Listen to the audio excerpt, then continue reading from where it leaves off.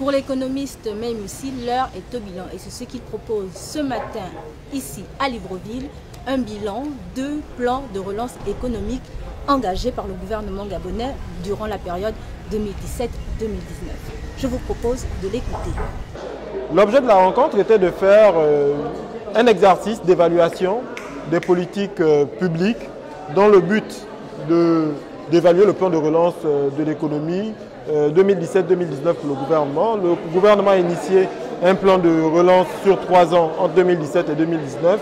Il est bon de savoir quel a été le résultat de ce plan.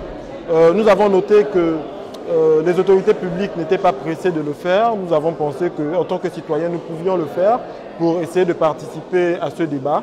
Et nous avons donc fait une évaluation du plan de relance de l'économie pour savoir si, en termes de bilan, nous sommes plutôt positifs ou négatifs. Il ressort que sur 11 objectifs qui ont été réalisés, qui ont été assignés au plan de relance de l'économie, il y a environ 2 qui ont été réalisés, 7 qui n'ont pas été réalisés et le reste qui ont été plus ou moins partiellement réalisés. Se revendiquant du rôle d'aiguilleur de la vie sociale, économique et politique du pays, l'économiste a pu compter sur la présence de Harold Lecat, directeur de publication.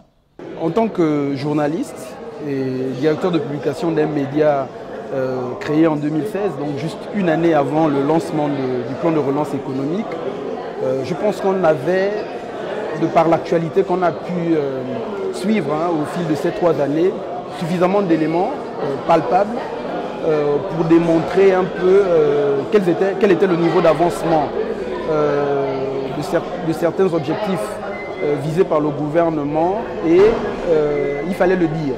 Ne le voyez pas juste dans un état physique des choses. Maintenant, si on va dans un état physique des choses, je peux dire que le Gabon, tu prends une graine, tu jettes, elle pousse.